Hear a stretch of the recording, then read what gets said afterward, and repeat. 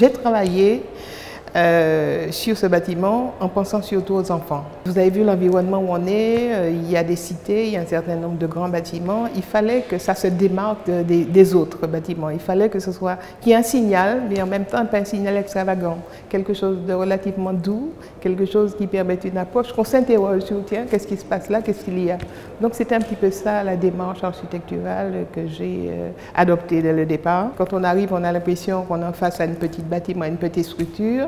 Et quand on pénètre à l'intérieur, une fois qu'on a franchi le hall, là on est un peu surpris de tout cet élancement, de tout ce qui se passe derrière. Et puis bien sûr, le but principal, c'était aussi faire en sorte que le bâtiment lui-même participe à l'éveil des enfants, puisque c'est l'âge de l'éveil. Entre 3 mois et 2 ans et demi, c'est à ce moment-là que les enfants vont découvrir des choses. Nous sommes aujourd'hui à une étape capitale qui est celle de la prise en possession des lieux par l'Armécie et le Club Sur-Optimiste.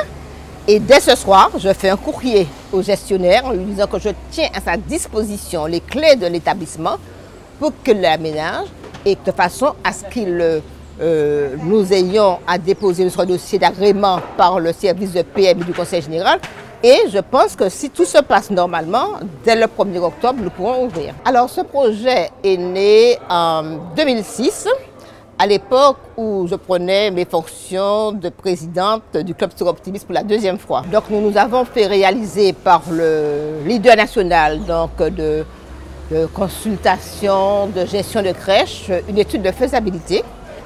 Et il s'est avéré que le sentiment qu'on avait de déficit de places de crèche sur la Martinique par rapport au niveau national, qui était criant, effectivement ça s'est avéré. Donc les entreprises ont prêté une oreille attentive à cette nouvelle démarche. Donc le club a accepté de porter le projet, mais pour la réalisation de la construction, il fallait absolument mettre en place une association, c'est l'Armécie, association pour la réalisation et la mise en exploitation d'une crèche interentreprise.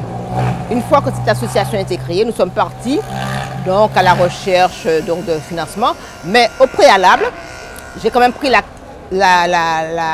tâche du Conseil général, qui est la collectivité référente en matière de petite enfance, de la CAF et également de la délégation aux droits des femmes, parce que nous sommes un club service féminin. Donc ces 3 partenaires ont été très très favorables. C'est ainsi que la CAF nous a dit qu'il n'y a pas de problème, vous allez pouvoir bénéficier dans la mesure où nous remplissons toutes les conditions de montage de dossier. Le maire de Lamentin nous a accueillis les bras ouverts en mettant à notre disposition un terrain de plus de 2600 mètres carrés. Et donc on est passé du bain amphithéotique au bain à construction. Et puis voilà, nous avons déposé un dossier. Auprès du FEDER, nous avons une participation de près de 50% en fonds européens, la CAF et la CNAF. Le conseil régional, dans le cadre de son premier plan de relance, a également répondu favorablement. Et puis le conseil général qui a également contribué. Donc au point de vue financement pour la construction, on n'aurait pas pu être mieux servi. Cette crèche s'adresse, alors le réservataire du berceau n'est pas le parent, mais c'est l'entreprise. L'entreprise joue dans le fonctionnement le rôle que joue la collectivité. La crèche, par exemple, une crèche municipale, c'est la commune qui assume la différence entre la contribution du salarié et la PSU donnée par la crèche. Là, on demande à l'entreprise de le faire. Mais l'État a compris que c'était une voie nouvelle pour permettre le développement des crèches. Et c'est ainsi que en 2003, un plan crèche a été proposé. Et dès 2004, le gouvernement a validé ce plan crèche. Et aujourd'hui, une entreprise qui paie des impôts a le droit de déduire 100% de ce qu'elle verse comme contribution, par le biais de l'abattement des impôts, ce qui lui fait un avantage de 33%. Dans un deuxième temps, elle a droit à un crédit d'impôt de 50%. Ce qui fait qu'in fine, 50% d'un côté plus 33% de l'autre, ça fait 83% que l'entreprise a comme avantage fiscal.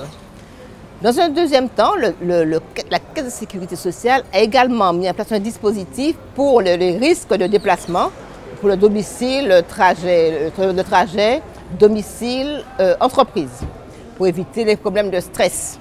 Donc, ce qui fait que deux dispositifs existent, un dispositif pour les entreprises de moins de 50 salariés et un autre pour les entreprises de plus de 50 salariés jusqu'à 200. Donc l'entreprise a tout intérêt, effectivement, à réserver un berceau pour ses salariés. Donc elle s'inscrit dans l'innovation sociale, l'entreprise qui le fait.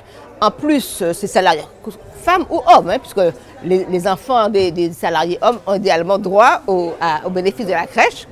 Et puis, donc, les entreprises ont tout intérêt parce que leurs salariés travaillent dans les meilleures conditions, dans les conditions anti-stress. Alors, je remercie donc tous nos partenaires, et financiers, et techniques, les entreprises qui ont travaillé sur ce bâtiment, la banque qui m'a soutenu dans ce dossier, sans laquelle, effectivement, nous n'aurions pas pu arriver aujourd'hui à cette étape. Et puis bon, maintenant, il n'y a plus qu'à remercier les entreprises qui vont faire fonctionner ce concept très innovant, car je rappelle que c'est le prototype dans tout l'outre-mer français. C'est la première crèche interentreprise de la Martinique, mais également de tout l'outre-mer.